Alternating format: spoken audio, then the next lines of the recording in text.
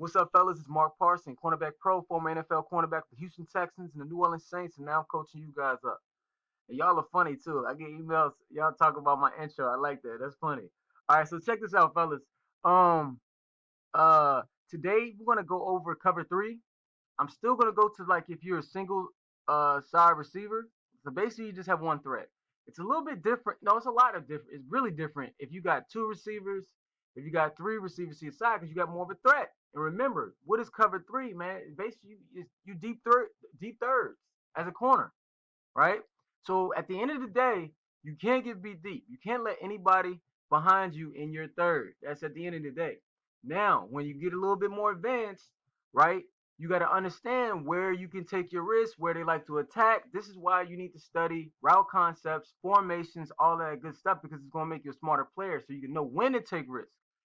This is a clip when I played. This is 2008. This is my senior year when I played against the Ohio State Buckeyes. Now, understand this.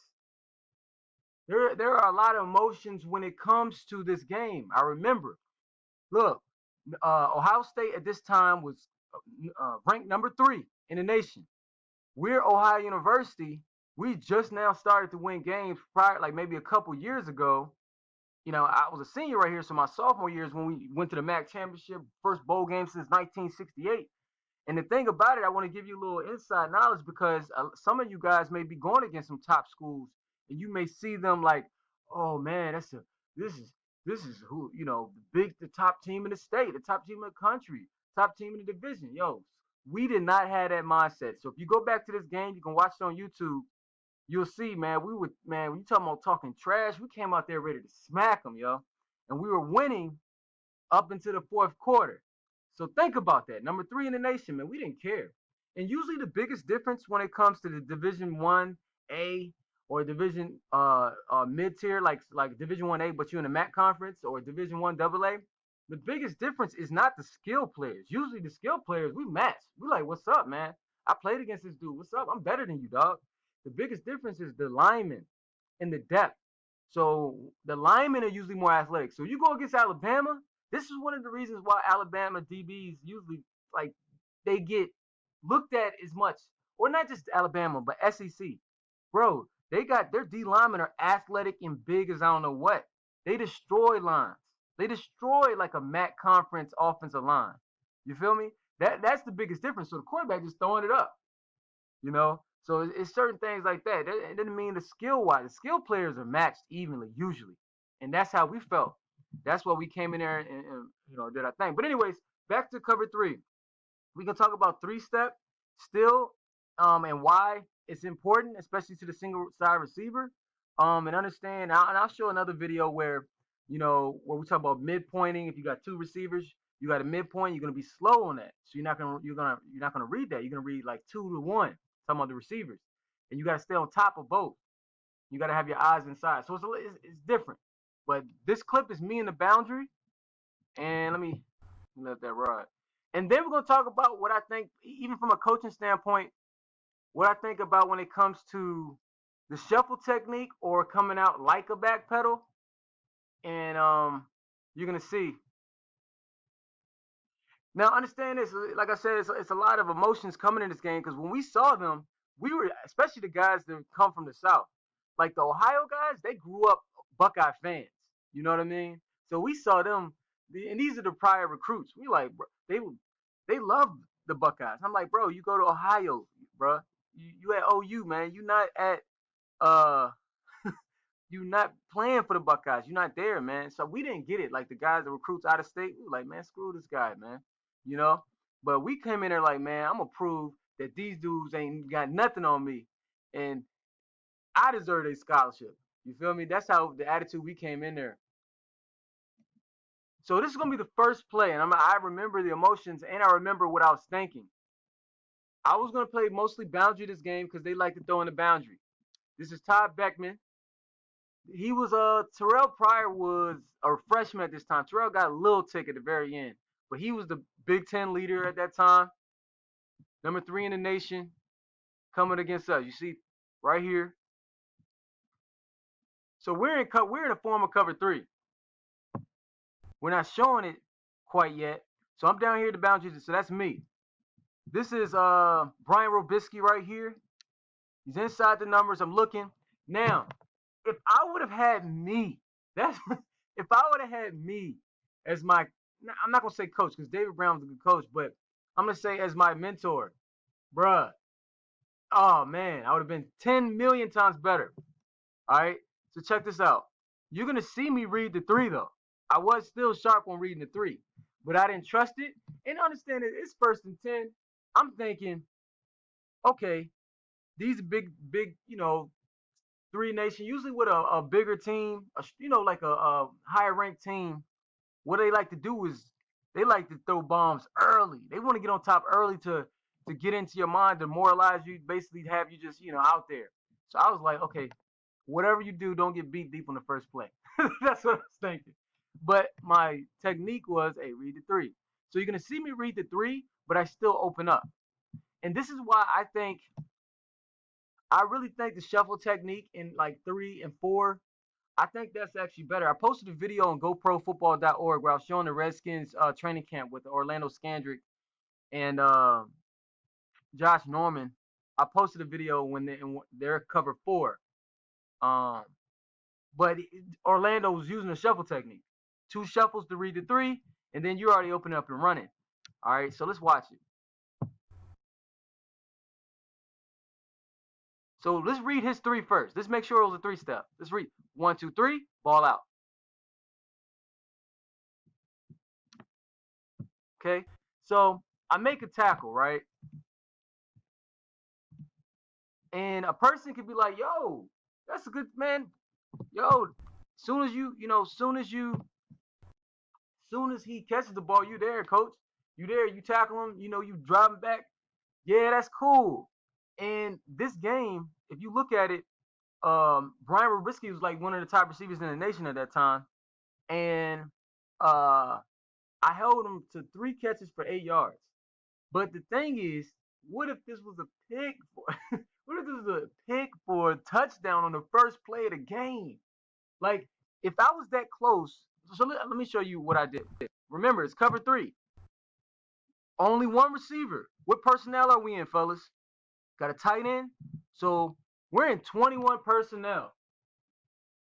We're in 21. So how do we know 21 personnel? So this is where your football IQ comes into play. I had one of my guys, and this is good for coaches too. I had one of my guys who plays college ball. His coach told him it's not really important necessarily to look at to know the route concepts and formations. I'm like, what? Like, bruh, it's extremely important because then you can know what combinations can come out of those formations, and when you're studying, you have more knowledge. So look, we got 21 personnel. What is 21 personnel? You got 2 running backs, 1 tight end. We're in cover 3. I'm all alone over here. That means just me and him. It's almost like I can kind of man it up. Now, don't man it up. I'm just saying, especially in the 3-step. Okay, 3-step. If it's not a 3-step, if and I'm reading it, then guess what? Then I can get into my, I can open up or whatever. That's why I think shuffle technique is better because shuffle technique, I can already have my hips open so my confidence is already there, right? So I'm reading the shuffle, so I shuffle, right? I read the 3, then I can almost kind of feel it like a man because I'm by myself out here anyways. It's like a zone with a man concept, right? Especially here in the boundary because it's a shorter throw. The hash marks in the NFL are like tighter, so it's not going to be as easy a throw. That's another reason why I'm telling you the NFL quarterbacks on point. They got laser arms, all right, and accuracy. So, anyways, right here, let's watch me right here, and I want you to see what I do. So I read the 3. Now get out of that break.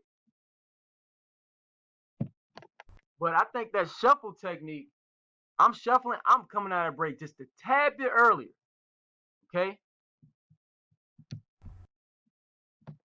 A tad bit earlier, and that's a bigger play. Again, I'm there to make the tackle cool. We there to fight another day. The question is, am I going for just barely making a play, or I'm going to change the whole game? This is why study comes into play. Understanding what my risks are. Communication. That's another thing. Communication with my safety. Say, look, hey, Play over top me. All right. Hey, play over top me. I'm gonna take a risk. If I see the three right here, play over top me. We in the boundary. You know. So there's certain things we can say. Let me see what my safety does. This is over 10 years ago. This is 2008. This is 12. No, it's 2008. So yeah, 10 years ago. So Mike is over here. So he's gonna protect me. And that's Mike Mitchell right there. He's a free agent now. He's with the freaking Steelers. Oh, so we make the play, but I'm just saying, man, like little things guys may not understand how important is. Like this is why I harp on stuff like reading the quarterback drop, and then the technique of the read steps. That's why I show you, from a man's perspective, if you're doing like a back pedal or a shuffle technique. This is why it's so important, because you can make so many plays and then knowing where to look, where to have your eyes. You can be confident. And if you look at my technique right here, I'm taking those two read steps, right? And then I'm opening up anyways. So that's why I think shuffle technique, and this is going more so than you players. If your coach doesn't really care what your technique you do, you can kind of play around with it. But if you watch me, I'm about to open up anyway. So why not just already be open up in my shuffle technique? At least in my zone coverage. You see that?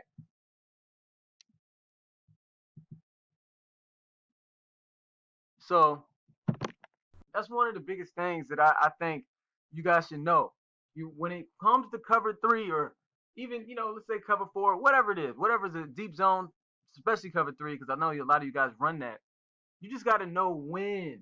Like cover when you got one receiver, two receiver, three receivers over there, you're not gonna make that play on that on a possibly. I'm not gonna say you're not gonna make it, but you're not gonna make the hitch interception necessarily from reading the three. Now, also, understand this. If you do have trips to your side, most likely it's to the field, right? That's a harder throw. That's a longer throw for the quarterback, right? So since it's a longer throw for the quarterback, that means it's gonna take more time to get there. So you can pick it off right there, but you're not gonna really. You got to be careful of the number two or the number three receiver going into your zone, going deep, right? And it's up to your curl to flat player to get out there and do his exit angle like I show you. I think I have a clip. I may have to make a clip for you. The outside backers or nickels that come down, or safeties that come down and do that. That flat player. But he's going to have to get out there. So you're going to have to trust him and make sure that you're covering your zones. I'd rather have a short pass completed than a deep pass for a touchdown, a big play. But since I was at the boundary, this is a shorter throw. It's an easier throw to get the quarterback's mojo on. Just get them warmed up a little bit.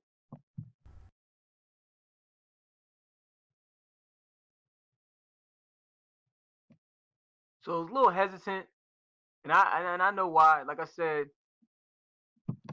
I wanted to keep the. I didn't want them to. I figured, and it was more of a. I'm still reading my cues, but I figured they're gonna try to go deep early. But we ended up, like I said, man, we were winning. And I'm gonna talk about emotions in the next video, because a lot of guys have been asking me, like, how do I get myself prepared before the game mentally, coach? How do I calm down? How do I get my confidence? It took me a while to get into the game. Like I said, this is the first play. And think about it. How many fans you at Ohio State, fellas?